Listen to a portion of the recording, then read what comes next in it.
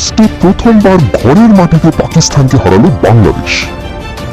উইকেটে জমে যাওয়া সালমান আলী আঘাকে ফেরালেন তাসকিন আহমেদ। বাংলাদেশের এই পেসারের অফ স্টাম্পের বাইরের ডেলিভারি ঠিকঠাক খেলতে পারেননি সালমান। ব্যাটের কানায় লেগে ক্যাচ যায় গালিতে, সেখানে দাঁড়িয়ে থাকা সাদমান দারুণ দক্ষতায় ক্যাচ নিলেন। সালমান ফিরতেই গ্যালারিতে গর্জন ওঠে, মাঠেও বাংলাদেশের ক্রিকেটারদের শরীরী ভাষায় ফুটে ওঠে আগ্রাস। সবাইকে ছাড়িয়ে গেলেন মুশফিকুর রহিম।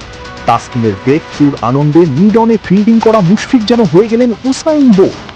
এই আউটের পরই মূলত চিত্রনাট্য সহজ হয়ে যায়, বাকি কাজটা করে দেন নাহিদ রানা। সালমানকে ফেরানোর পর ঢাকা টেস্ট জিততে খুব বেশি বেগ পেতে হয়নি বাংলাদেশকে। এরপর দায়িত্ব তুলে নেন নতুন পেস সেন্সেশন নাহিদ রানা। তার গতির কাছে একের পর এক পাকিস্তানি ব্যাটার পরাস্ত হন। নাহিদ তুলে নেন ক্যারিয়ারের দ্বিতীয় ফাইফার। তার আগুনে বোলিংয়েই বাংলাদেশ দল শেষ সেশনের 1 ঘন্টা আগেই 23.1 ওভার হাতে রেখে 104 রানের জয় নিশ্চিত করে, যা দেশের মাটিতে পাকিস্তানের বিপক্ষে টাইগারদের প্রথম টেস্ট জয়, আর পাকিস্তানের বিপক্ষে এই ফরম্যাটে টানা তৃতীয় তথা হ্যাট্রিক জয়। বৃষ্টির কারণে বেশ কয়েকটি সেশন নষ্ট হলেও ঢাকা টেস্টের বেশিরভাগ সময়ই আধিপত্য দেখিয়েছে বাংলাদেশ। ম্যাচের দ্বিতীয় দিনটি কেবল অস্বস্তিতে কেটেছিল স্বাগতিকদের। বুধবার প্রথম সেশনে 1 ঘন্টা ব্যাটিং করে পাকিস্তানের সামনে 268 রানের লক্ষ্য ছুড়ে দেয় বাংলাদেশ। লক্ষ্য তাড়া করতে নেমেই ধাক্কা খায় পাকিস্তান।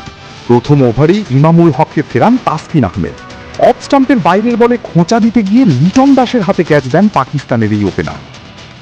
দ্বিতীয় উইকেটে অবশ্য প্রতিরোধ গড়ার চেষ্টা করেন আজান আওয়াইস ও আব্দুল্লাহ ফজল, তবে 57 রানের জুটির পর আঘাত হানেন মেহেদী হাসান মিরাজ।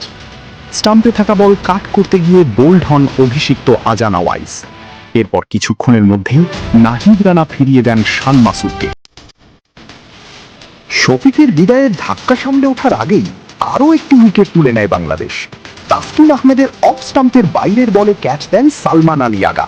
39 বলে 26 রান করে ফেরেন তিনি। চা বিরতিতে পাকিস্তানের সংগ্রহ ছিল 3 উইকেটে 116 রান।